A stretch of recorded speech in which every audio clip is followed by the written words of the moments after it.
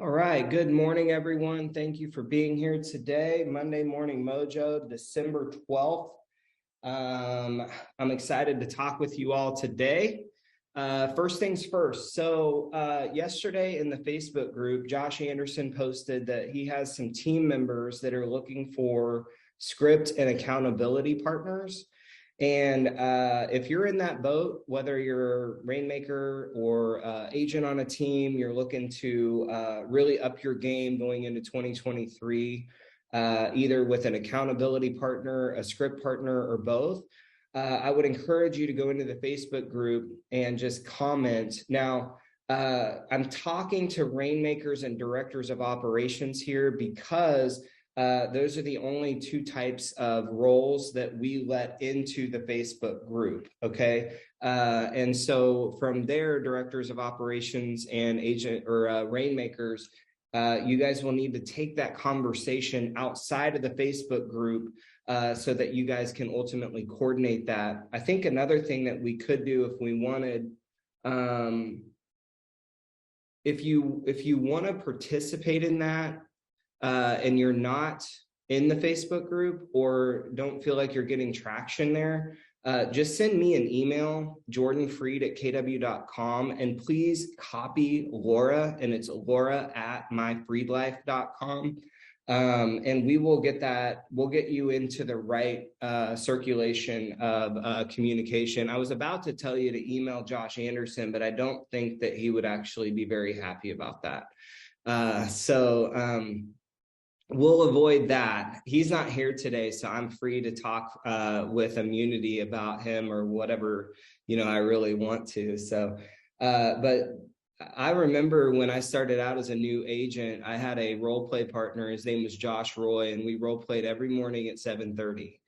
And the way to get a good role play partner is to be a good role play partner. And that means that you show up and you stick to the task at hand. And if I look back at the success we had in 2008 and 2009 when the market tanked, that team went from 100 to 200 units in 1 year. We doubled in the worst real estate market ever. It was because of those meetings. We were just out skilling other agents. And so I really, really would encourage you to seek a great script partner. I see a lot of people out there that say things like, I'm looking for 3 to 5 script partners, and that's fine if you want to do that. I really think if you started with just one amazing script partner relationship, that would take your game to a whole new level. And so really, really want to encourage you to do that. Also this week, we have the expert interview with Jeremiah Johnson. We're going to be talking about how to build an investment empire. And this is obviously a big topic today inside of Keller Williams with KW Wealth. And Jeremiah is somebody who's been doing this at a high level for the last 5 years. And so there's so many reasons I want you to attend that I'm not going to list them all here. And even if you can't attend, what I would invite you to do is to go ahead and register so that you get the recording. Laura will pop the registration into the chat box. You can also find it in the Facebook group. 1 o'clock Central on Wednesday, the 14th.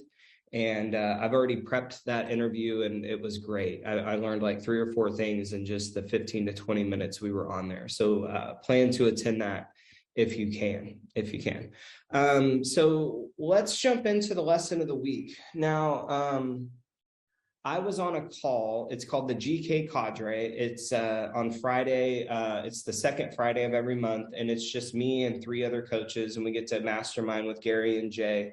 Sometimes Jason Abrams is on there, but it's really, 5 or 6 of us, and I have the opportunity to ask them questions. And the question that I asked Gary is, I had an aha last week, and I was on a coaching call. It was on a Tuesday, and the lady that I was coaching, she continues to ignore the 80-20 principle. She continues to ignore that as a law of success. And I finally got to a point with her and I said, look, what happens when you ignore a traffic law and a cop catches you? Like if you run the red light and they catch you, what happens? And she said, well, you get a fine. And I said, right.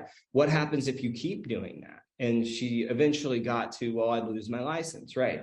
And so what I wanted her to understand is that you are ignoring the laws of success and you're paying massive fines.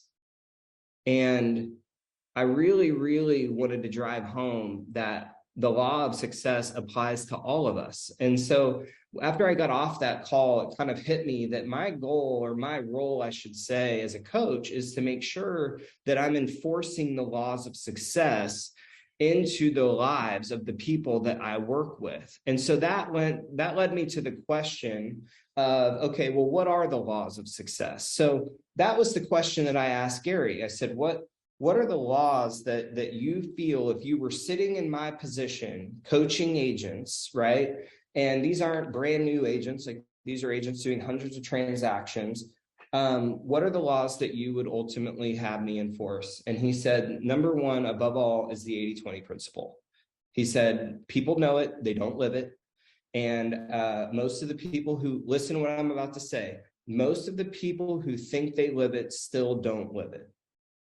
And he went on to tell the story about, he was early in his career and he really liked real estate, but he found that he liked helping people build businesses more than he did ultimately selling real estate.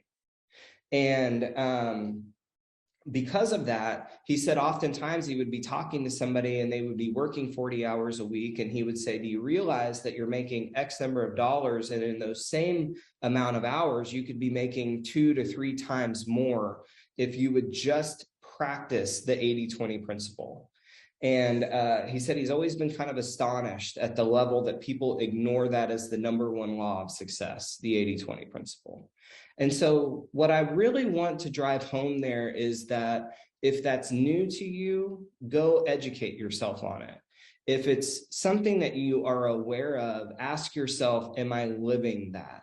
That was a really big punch in the face for me too, because I think there are times that I get lost in the sauce and don't pay enough attention to what really matters. So the 80-20 principle. By the way, if you want to know if you're looking for the top 2 to 3 highest dollar producing activities, I believe in a real estate business, it is the generation of listing leads to an appointment.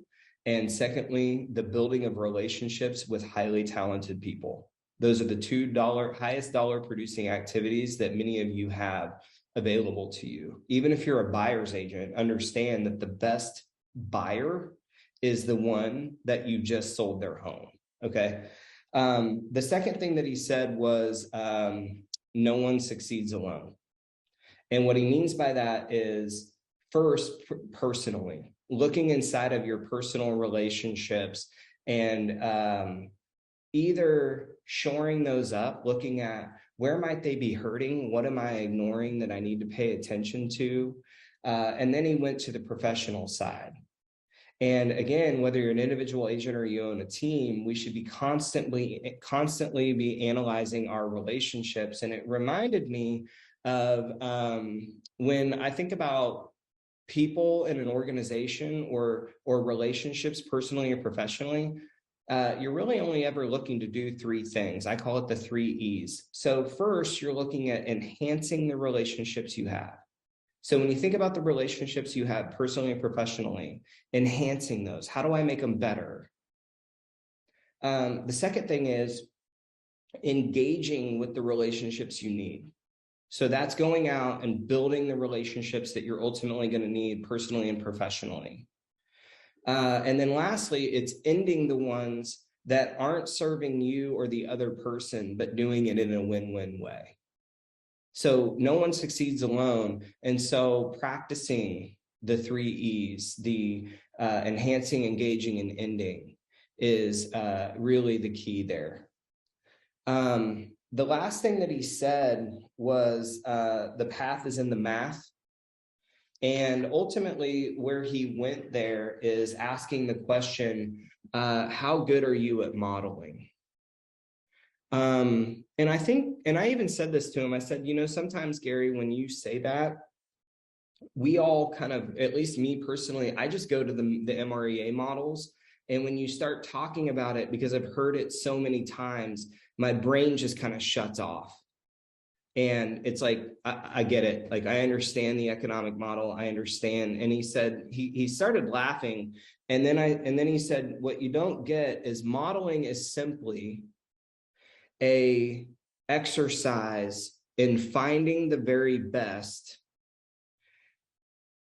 breaking down their process, and then following the same process. And he said, when I talk about modeling, I don't mean always following the MREA model. What I mean is, are you consistently and constantly finding the best, the people who are getting the results that you want, and figuring out, in NLP, you guys, they call this eliciting the syntax. Eliciting the syntax. Essentially what you're doing is you're figuring out, if somebody is really good at something, you're figuring out their mental syntax. It's the way that they organize thoughts in order to execute on whatever that is. And he said that one of the biggest challenges that he has seen with people is once they find that person, they elicit that syntax, then they have this high need to understand. They've got to understand every step in the process. And he said, if you can just suspend your need to understand and just trust the model that person is teaching you, he said, it's like, instead of starting at A, you're going to start at X.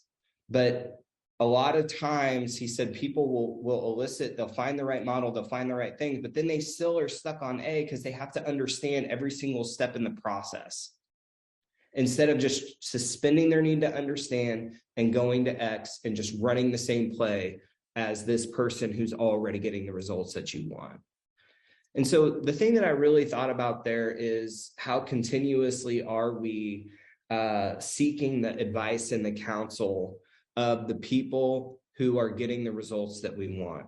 How often, if you remember a few weeks ago when we played that video about Kobe Bryant, how often are you going to Goat Mountain?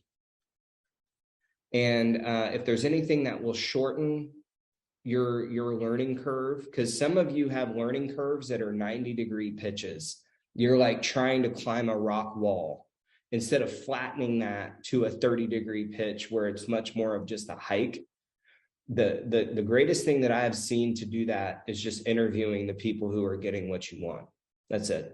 That's the whole reason that we started the expert interview series. And it's for me just as much as it is for you. What it does for me is that you're the audience that forces me to have it, that forces me to have the interview. Do you get that? You're just built-in accountability for me, but it's a win-win thing, because I'm winning, because I'm learning and can help all of you better, and you're learning simultaneously. So who do you need to be interviewing? And do you have the guts to actually go do that? But those were really the three things. I mean, outside of that, he went into this, like, we talked about like parenting, and he went into this like diatribe that I had never heard before about how to be a highly abundant person, meaning you have a lot of qualitative wealth, and how to do that without raising entitled children. And I'm going to be chunking down my notes this week and sharing that in the Facebook group. It was amazing. It was like, holy shit, I would have paid 15 grand just for this. So I'll go through that with you guys on the Facebook group this week. But number one, are you living the 80-20 principle? And then number two, do you understand that no one succeeds alone? And then number three, who are you modeling? So I trust that that's helpful. I trust that you'll take action on that. As always, if there's anything that we can do for you, please let us know. We do have Monday Morning Mojo next week. That will be the last one of the year. And then we'll pick back up on January 2nd, which I know is a holiday for a lot of people, but I'll be back in the office. I hope most of you will be too. Your hangover should be over by then. If not, see me after class because we need to talk. Thank you all. Have a great meeting, and I'll talk to you this week on my coaching calls. Bye-bye.